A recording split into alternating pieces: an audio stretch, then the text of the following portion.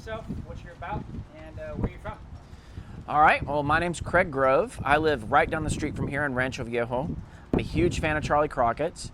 I also have a social media page called The Brownsville Guy, where I highlight all the good stuff coming out of Brownsville and the Rio Grande Valley. And that's kind of how I ended up stumbling onto Charlie Crockett. Very cool. Tell me about that moment that you found his music. Well, it was actually a pretty cool story. During COVID, we got invited to a friend's ranch to go hunting. And we were sitting there and this music came on, and you know, I'm all about different types of music, alt country and all this stuff. And I hear this one song and I kind of like it. And then all of a sudden the guy goes, "I'm from San Benito, Texas." And it just stuck with me. And I fell in love with the music and kind of really became a huge fan ever since then. I've been following Charlie now for, I guess, 5 years, watching him progress and, you know, and all his different styles and genres of music. And I'm just very impressed with what he's done. Very cool. Could you tell me how it feels today to be seeing him, you know, return back home, so to speak, being a part of the festival, being here in San Benito? It's awesome. I'm so happy to be here. You know, I'm so glad that he got to come back, and the San Benito Economic Development firm got them to come here, got him and his band to come here. I think it's great for San Benito. It's great for Charlie to show him the respect that he's due as a world-renowned artist, and that it's 5 minutes from my house. Talk a little bit about your thoughts on where Charlie Crockett falls in the tapestry of music and the music culture in San Benito. Well, I think that's interesting that we were talking about that. I think Charlie is obviously what I would call alt country. You know, he's kind of anti-Nashville, which that's always been my thing. I've always loved Texas country, Pat Green, Robert Earl Keen, Chris Christopherson, you name it, right? That's always been my genre. And so I believe he fits very well into that theme. What I don't think is that he's really tapped into his roots yet. You know, San Benito is the Conjunto capital of the world. This is where Conjunto was founded. We have the great Texas Conjunto Music Hall of Fame right here in San Benito, and it has representation of all the greats. So I think a lot of us would love to see, you know, Charlie has influence from his time in New Orleans in his music and from other genres. I think we would love to see him maybe throw in a little bit of accordion, a little bit of that Conjunto flavor just to spice it up a bit. Do you think that type of sound, you know, or rather, how would you think? I think that kind of sound, bringing in a little bit of that Conjunto flavor or that Norteño flavor, a little bit of the accordions, kind of the throwback sound, which is what he's known for. I mean, he loves Bob Wills and he loves covering older songs. I think tapping into his roots and bringing in a little bit of that flavor, not a lot, not heavy-handed, just like he remade that one song and he added in the horns. I can't think of the name of the song, but he added in the horns from his time in New Orleans, right? So why not find a couple songs, add in some accordions or some sexto?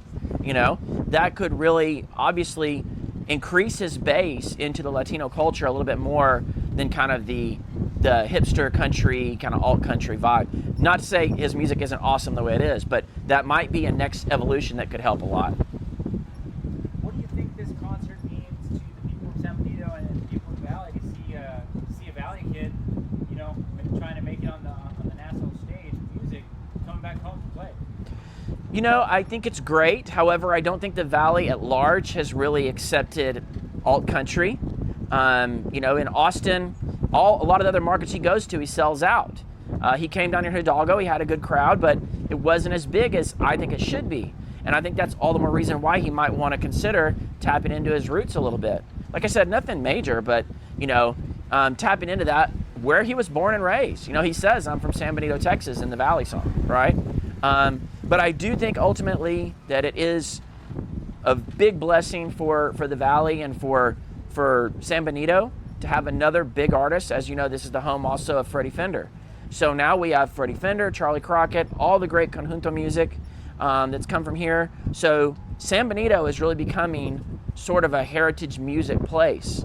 And I think that's something also that the San Benito Economic Development Foundation found to be important, and I think that's why they invested in bringing Charlie back, is they see that music heritage is really starting to become an asset to the community.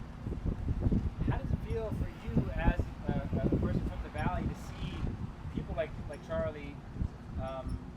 on the big stage. I know we've had a few theater performers who've made it out to Broadway, a few people in business and infrastructure make it out of the Valley and make big companies, people in food.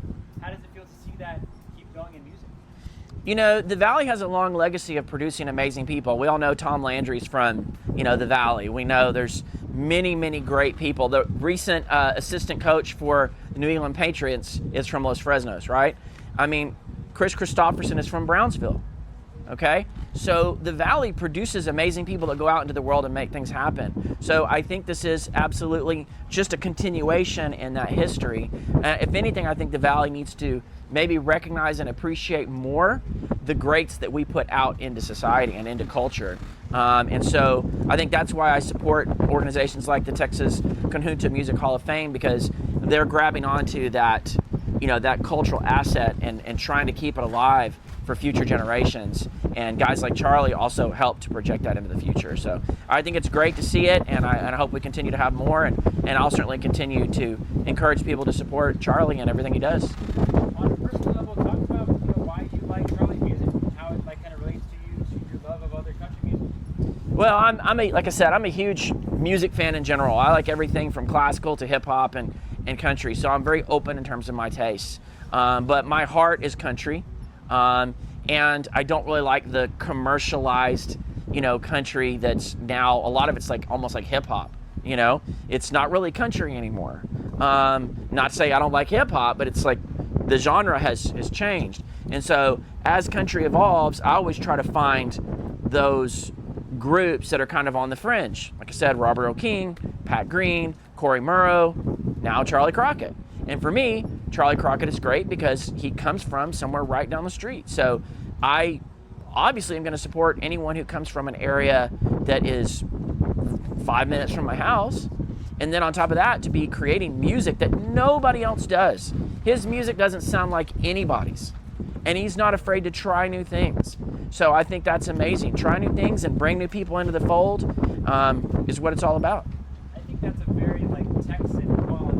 All types of musicians that have come from the state of Texas, Steve Jordan, Texas Tornadoes, ZZ Top, Stevie Ray Vaughan, Paul Wall, Mike Jones, everybody, they're proud of being from Texas, and I think that's important. Most musicians, you don't know where they're from, but Texas musicians make sure that even Beyonce, we were talking about Beyonce earlier, everybody knows Beyonce's from Houston, right? Everybody knows Paul Wall's from Houston. Everybody knows George Strait is from Texas, well, Fort Worth and now San Antonio, So Texas people are very proud of their roots, and they like to project that, and people like to hear that. So we in Texas are known for our renegade music, whether it's renegade country, renegade conjunto, renegade norteño, renegade hip hop, or alt country. That's what we do, and it fits our culture. It's a projection of who we are as individuals. We're in Texas, especially in South Texas, we're rugged individuals. We stand up for what we believe in, no matter what side of the spectrum you're on. And so that obviously is going to project in the music that manifests from this area. And how do you think that resonates, that message resonates with current Valley music artists? There's a nice bustling scene of punk stuff, of rock and roll stuff, of country stuff going on in the Valley. So how do you think musicians like that see that and connect with that?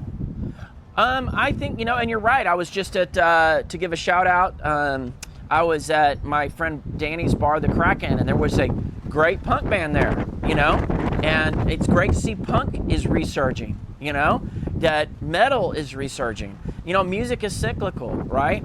And I think what's great now that we didn't have is young people and people in general who want to hear music, they can dial into whatever genre they want. So even though you may not have the huge big pop artists in the same way, like everybody was listening to the same music when we were kids, right? But now you can segment, and there's enough room on the stage for everyone. You can pick a genre, you can create a genre, you can own it. And so I think there's a lot of inspiration for these young artists to look at guys like Charlie, who literally created his own genre. And I think that everybody, no matter what genre you're in, you should say just go for it. And you know, we're seeing a resurgence in appreciation for Conjunto and stuff like that. So I think there's a lot going on in the Texas music scene and the Valley music scene, and we just need to continue to support them and shine a good light on them like what you guys are doing right now.